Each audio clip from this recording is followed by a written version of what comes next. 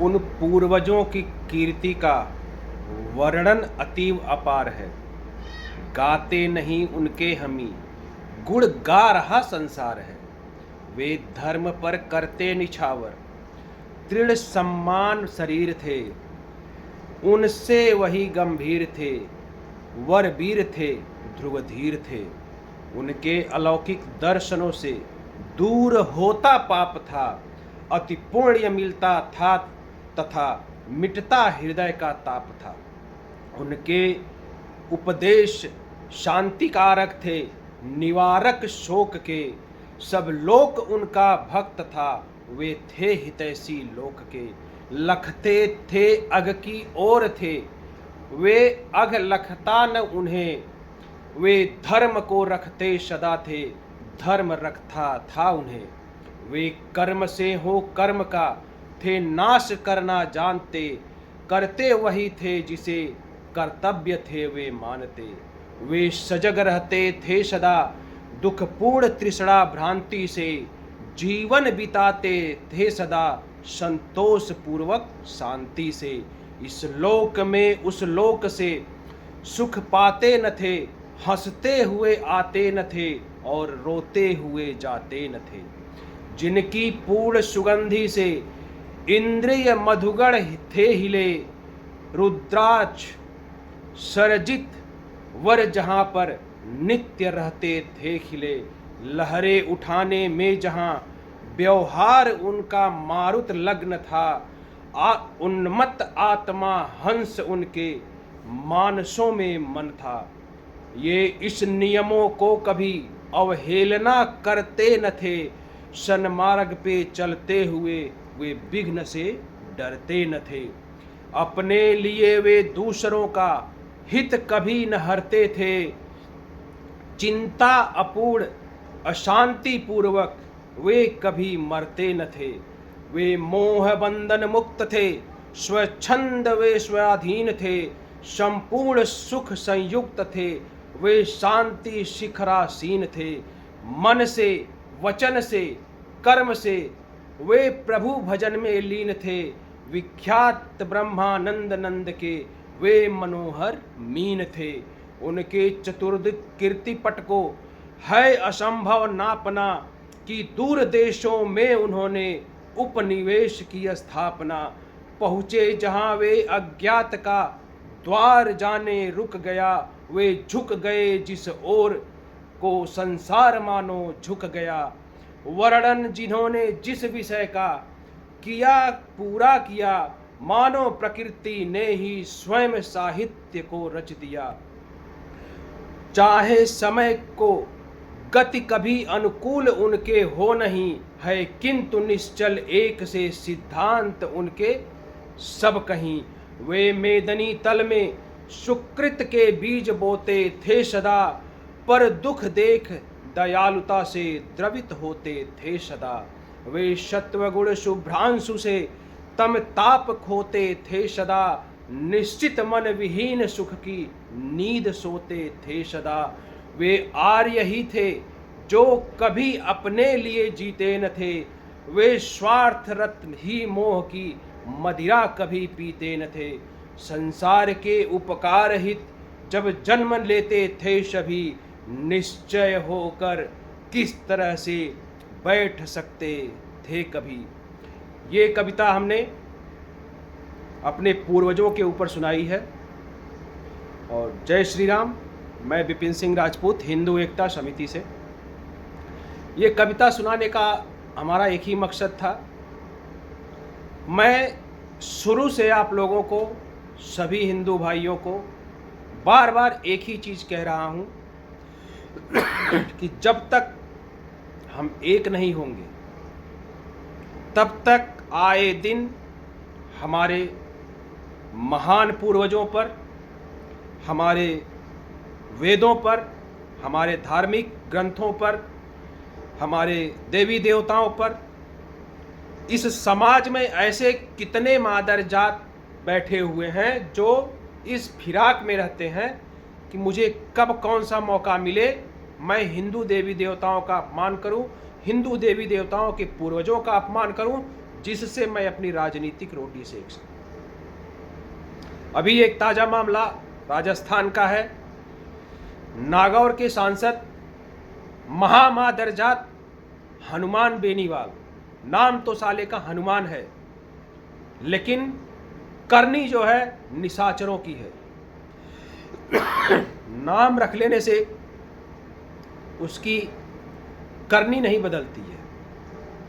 उसके माँ बाप ने जो नाम रखा बहुत सोच समझ करके रखा होगा, उनके पुण्य कर्म रहे होंगे, मैं उनके ऊपर कोई उंगली नहीं उठाऊंगा। लेकिन ये हरामजादा फिर हमारे पूर्वजों को अपमानित किया है। आखिर हम हिंदू कब तक अपने पूर्वजों का अपमान बर्दाश्त करते रहेंगे? कब तक? क्या हमारी अंतरात्मा मर चुकी है?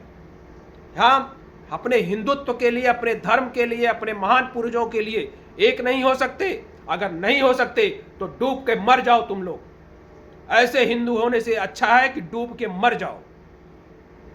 जो अपने पूर्वजों का सम्मान न कर सके, जो अपने देवी देवताओं का सम्मान न कर सके और उनके सम्मान में एक होकर के खड़ा ना हो सके, ऐसे हिंदू बिरादरी में जन्म लेने से अच्छा है कि मर जाओ, डूब के मर जाओ। मैं सभी हिंदुओं से कहता हूं, बार बार हाथ जोड़ करके विनती करता हूं कि आप लोग राजनीति करिए, कोई दिक्कत नहीं है, लेकिन धर्म की राजनीति मत करिए, हमारे पूर्वजों के ऊपर राजनीति मत करिए। नहीं तो जिस दिन हमारे चपेटे में आ जाओगे उस दिन दैया मैया एक करके रख देंगे हम। इसलिए मैं बार बार कहता हूं कि आप लोग अगर एक नहीं हुए तो हमें हमारा धर्म, हमारा देश मिटने में समय नहीं लगेगा। हमारे धर्म को, हमारे देश को मिटाने के लिए बहुत सारी रणनीतियां बनाई जा रही हैं। बहुत सारे ऐसे समाज में उपद्रवी बैठे हुए हैं, हमारे ही बीच के लोग बैठे हुए हैं, हमारे ही बीच के नेता बैठे हुए हैं जो अपनी राजनीतिक फायदे के लिए हमें डुबोना चाहते हैं।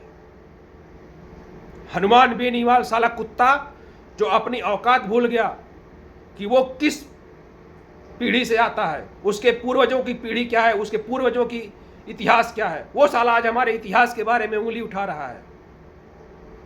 ऐसे मादर जातों को सबक सिखाने का समय आ गया है।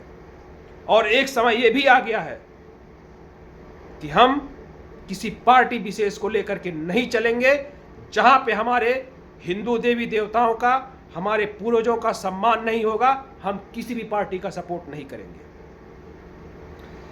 मैं सरकार से बीते 28 सितंबर को इसके लिए हमने दिल्ली के जंतर मंतर पे हमने धरना भी दिया था, लेकिन वो कामयाब नहीं हो सका क्योंकि सरकार इतनी जल्दी कोई सुनवाई नहीं करती है। सरकार को भी सुनने के लिए हमें सरकार के ऊपर दबाव बनाना पड़ेगा। हम सरकार के विपरीत नहीं हैं, लेकिन जहाँ पे बात हमारे धर्म की होगी, हमारे देश की होगी, हम अब उसी का चुनाव करेंगे, ना कि हम सरकार का चुनाव करेंगे। राजस्थान में बीजेपी की सरकार है, केंद्र में बीजेपी की सरकार है, फिर भी हमारे देवी देवताओं का अपमान क्यों? अभी कुछ दिन पहले यूपी में हुआ, यूपी में भी बीजेपी की ही सरकार थी। आप जो विरोध करने जाते हैं उनको आप दंडित करते हो, लेकिन जो ऐसे पूर्वजों के ऊपर हमारे उंगली उठाते हैं उनको क्यों नहीं दंडित करते आप? उनके ऊपर क्यों कानूनी कार्रवाई नहीं होती है? हम सही का साथ देंगे, गलत का साथ नहीं देंगे। सरकार अगर हमारे पक्ष में सोचेगी तो हम सरकार के साथ सदैव खड़े रहेंगे और सरकार के लिए हम अपनी जान भी दे देंगे। लेकिन जहाँ पे बात हमारे विरुद्ध होगी, हमारे देवी देवताओं के विरुद्ध होगी, हमारे देश के विरुद्ध होगी, हम बिल्कुल साथ नहीं देंगे। आगरा में जो हुआ, करड़ी सेना के ऊपर जो हुआ, करड़ी सेना के कार्यकर्ताओं के साथ जो हुआ, वो बहुत गलत हुआ। गाजियाबाद में हुआ, सरस्वती जी ने जो टिप्पणी की उस पे कुछ विशेष समुदाय के लोगों ने आक्रमण किया मंदिर के ऊपर। जब हमारे हिंदुओं ने उसका प्रतिरोध किया, जब पलटवार किया, तो सरकार ने ही उनको दंडित किया। आखिर कब तक हम दंड झेलते रहेंगे? हम यहाँ पे किसी का विरोध नहीं कर रहे हैं, सरकार का विरोध नहीं कर रहे हैं, लेकिन सरकार भी अगर एक पक्ष को दंडित करती है तो दूसरे पक्ष को भी दंडित करने का हक रखती है। अगर वो नहीं पूछ सकती तो फिर किसी को दंडित करने का अधिकार भी सरकार का नहीं है। अगर हम अपने धर्म के लिए, अपने देश के लिए अगर लड़ रहे हैं तो इसमें क्या बुराई है। अगर सरकार नहीं लड़ सकती है तो हमारा फर्ज है, हमें लड़ना पड़ेगा। इसलिए भाइयों, एक हो जाइए, समय आ चुका है, समय आ चुका है एक होने का। नहीं एक हुए तो मिट जाओगे, बर्बाद हो जाओगे।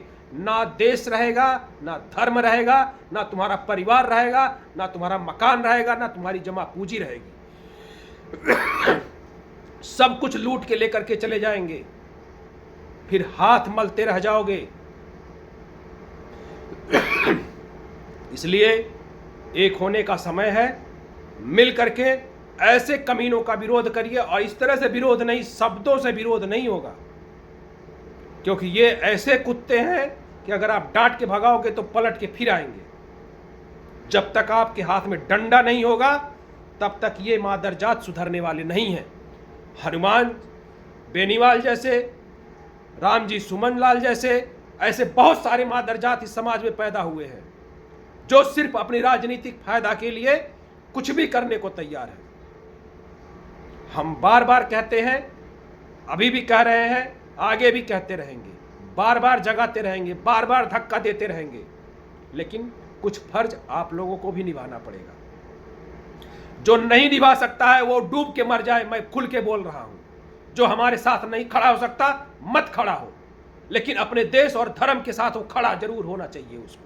अगर नहीं खड़ा हो सकता तो वो हिंदू कहलाने का हकदार नहीं है। मैं आखिरी बार आप लोगों से विनती करता हूं कि हनुमान बेनीवाल जैसे, राकेश लाल सुमन, रामजी लाल सुमन जैसे लोगों को विरोध नहीं करना है, उनको जवाब देना है, और उन्हीं की भाषा में जवाब देना है, चाहे उनके घर में घुस करके उनको जवाब देना पड़े, तभी जा करके ये लोग सुधरेंगे। एक को पीटेंगे 100 लोग सुधरेंगे, 100 को पीटेंगे तो 1,00,000 लोग सुधरेंगे, क्योंकि ऐसे ये कुत्ते हैं, बिना पीटे ये सुधरने वाले नहीं हैं। भाइयों, आखिरी बार, समय अब अधिक नहीं है हमारे पास।